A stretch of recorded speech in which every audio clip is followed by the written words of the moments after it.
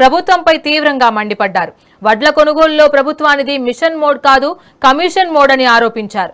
క్వింటాలకు 5 కిలోల తరుగుతో రైతులు నష్టపోతున్నా పట్టించుకోవడం లేదని, సిద్దిపేట గడ్డపై 45 రోజుల్లో రైతు బంధు ఇస్తానన్న సీఎం 63 రోజులైనా మాట నిలబెట్టుకోలేదని విమర్శించారు. రేవంత్ రెడ్డి గారడి మాటలు, ఢిల్లీ ట్రిప్పులు ఆపి కొనుగోలు కేంద్రాలకు లారీల ట్రిప్పులు పెంచాలని డిమాండ్ చేశారు. 2 రోజుల్లో వడ్ల కొనుగోలు వేగవంతం చేయకపోతే తానే స్వయంగా వేలాది మంది రైతులతో కలెక్టరేట్ను ముట్టడిస్తానని హరీష్ రావు డెడ్ లైన్ విధించారు.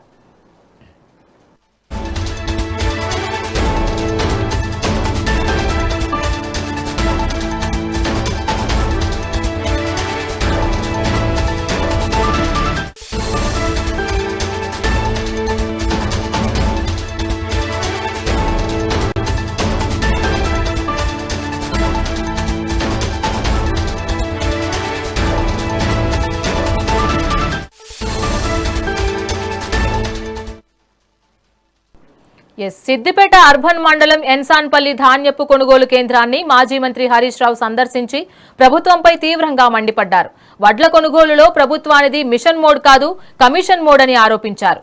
క్వింటాలకు 5 కిలోల తరుగుతో రైతులు నష్టపోతున్నా పట్టించుకోవడం లేదని, సిద్దిపేట గడ్డపై 45 రోజుల్లో రైతు బంధు ఇస్తానన్న సీఎం 63 రోజులైనా మాట నిలబెట్టుకోలేదని విమర్శించారు. రేవంత్ రెడ్డి గారడి మాటలు, ఢిల్లీ ట్రిప్పులు ఆపి కొనుగోలు కేంద్రాలకు లారీల ట్రిప్పులు పెంచాలని డిమాండ్ చేశారు. 2 రోజుల్లో వడ్ల కొనుగోలు వేగవంతం చేయకపోతే తానే స్వయంగా వేలాది మంది రైతులతో కలెక్టరేట్ను ముట్టడిస్తానని హరీష్ రావు డెడ్ లైన్ విధించారు.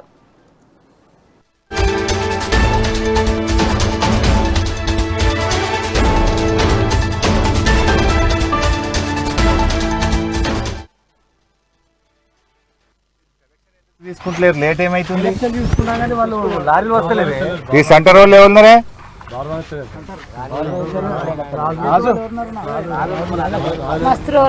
ఐకేప్ వాళ్ళు ఎవరే? లేడా రాజు? యాక్సిడెంట్ అయితే మన పిల్లలు 6 ఇంకెన్ని లారీల మాల్ ఉంది? 10 ఉంది.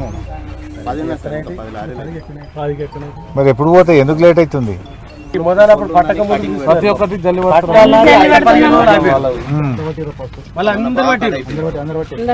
మరి పట్నంకి ఎందుకు ఆపుతురే? పట్టి సుతికి ఇప్పుడు 10 రోజులు అవుతుంది సార్.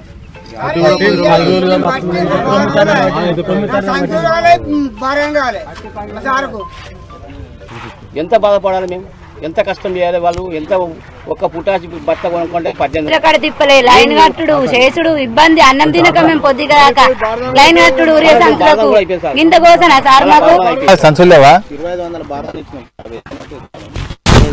సంచులు ఉన్నాయా? ఉండిత్తలేవా లేకిత్తలేవా?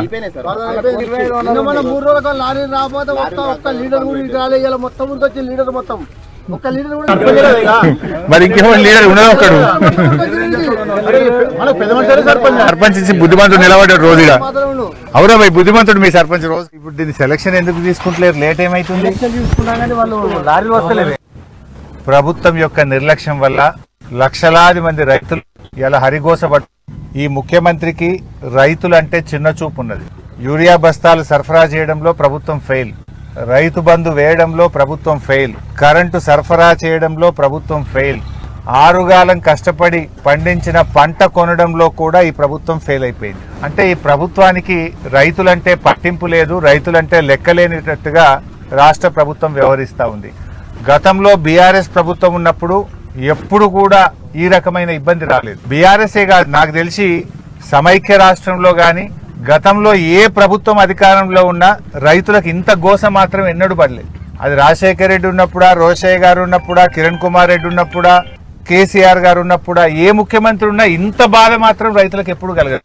ఫస్ట్ టైం రైతులు ఈసారి చాలా ఇబ్బందులు పడుతున్నటువంటి పరిస్థితి ఉన్నది. ఉత్తమ్ కుమార్ రెడ్డి నిన్న 70 లక్షల మెట్రిక్ టన్నులు కొంటాము అంటుండు. ఉత్తమ్ కుమార్ రెడ్డి నీది నోరా మోరా? నువ్వే మొన్న ఏమన్నావు? 90 లక్షల మెట్రిక్ టన్నులు కొంటా అన్నావు. ఇవాళ ఏమంటున్నావు? 70 లక్షల మెట్రిక్ టన్నులు కొంటా అంటున్నావు. అంటే 20 లక్షల మెట్రిక్ టన్నులు ఎగబెడుతున్నావా? నువ్వే నీ నోట్తోనే నువ్వేమన్నావు?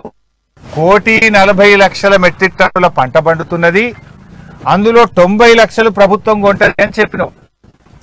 ఇవాళ ఏమంటూ 1,40,00,000 మెట్రిక్ టన్నుల పంట పండుతుంది, అందులో సగం 70 లక్షలు కొంటా, మిగతా 70 లక్షలు ఎగబెడతా అంటుండు ఉత్తమ్ కుమార్ రెడ్డి.